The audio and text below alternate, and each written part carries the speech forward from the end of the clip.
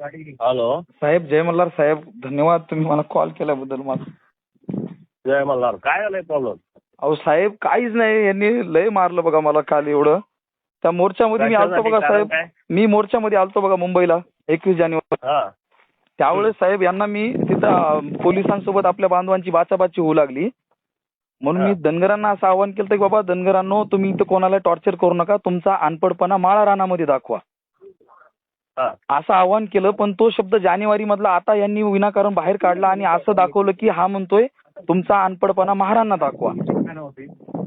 अरे बापरे, म्हणजे गैरसमज झाला. हा, माळ रानाचा गैरसमज करून महार दाखविला आणि एवढा प्रचलित केला की काल त्यांनी म्हणजे मला पोलीस स्टेशन समोर अगोदर मारहाण केली 4-5 जणांनी, आणि 4-5 जणांनी मारहाण केलं. पोलीस स्टेशन समोर केली साहेब, ऐका की, पोलीस स्टेशन समोर केली. मी पळत गेलो पोलीस स्टेशन मध्ये, मला तिथं तरी आसरा भेटेल म्हणून.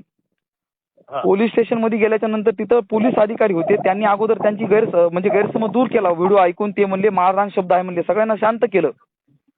पण शांत केल्याच्या नंतर इथल्या स्थानिक लेवलच्या राजकीय नेत्यांनी अजून त्यांना भडकून दिलं, त्या लोकांना, इथल्या त्या बौद्ध बांधवांना.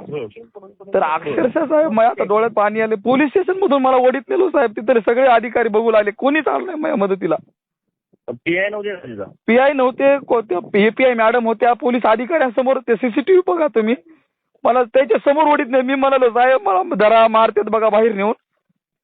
पोलीस स्टेशनच्या मधून मला बाबासाहेबांच्या पुतळ्यापर्यंत नेलं, तिथं नेऊन लय मारलं बघा साहेब. मग काय परत काय तक्रार वगैरे दाखल केली? मग त्यांनी बरं मारलं तर मारलं, मग मी दवाखान्यात MLC दाखल केली, तर यांनी माझ्यावर अॅट्रॉसिटी गुन्हा दाखल केला. आणि मग यांच्या गुन्हा दाखल करायला 4-5 जणांचे नाव मला माहित नव्हते, त्यांचे सांगितले. मी म्हणलं व्हिडिओ मध्ये जे मला मारहाण करते त्यांच्या गुन्हा दाखल करा. नंबर पाठवा.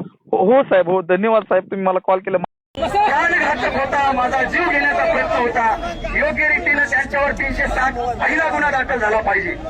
त्याच्यानंतर माझ्यावर जी अॅट्रॉसिटी गुन्हा दाखल झालाय, मी जो गुन्हा केलाच नाही.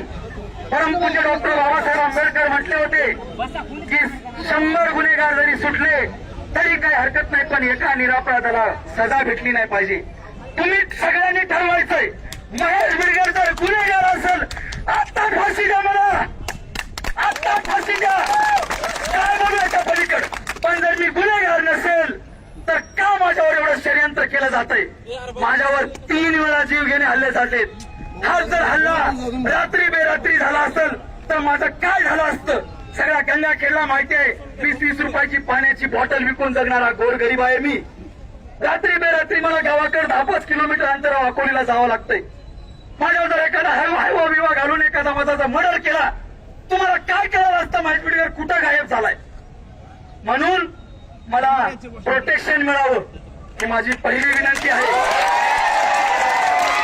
अॅट्रॉसिटीचा गुन्हा आजच दाखल झालाय, इमिडिएटली जसा दाखल झाला तसा इमिडिएटली तो कॅन्सल झाला पाहिजे. कारण मला तुम्ही पुन्हा रखडत ठेवणार, हे प्रशासन मला पुन्हा रखडत ठेवणार, माझी विनंती आहे. आणि बांधवांनो, तुम्ही या ठिकाणी आलात, तुम्हा सगळ्यांचे मी आभार मानतोय. इथं लहान मोठे थोर सगळे जे काही आहात, तुमच्या पायाची धूळ आहे हो मी. आज मला उद्याच्याला लगेच पुन्हा 20-20 रुपयाची बॉटल विकून जगावं लागणार आहे, आणि याचा मला अपमान वाटत नाही. मी मेहनतीने जगणारा माणूस आहे. परंतु माझा तुम्हाला एक प्रश्न आहे, जे काम मी छत्रपती होतो फुले शाहू आंबेडकरांच्या विचारधारेवर करत होतो ते मी करत राहू का नको? भ्रष्टाचार मुक्तीची मोहीम जी मी चालवत होतो ती करू का नको? आज जर तुम्ही मला म्हटले मैसा तुम्ही करू नका तर मी घरात बसतो. मी धनगर समाजासाठी काम करत होतो, करू का नको? बहुजनासाठी काम करत होतो, करू का नको? भ्रष्टाचार विरोधी काम करतोय, करू का नको?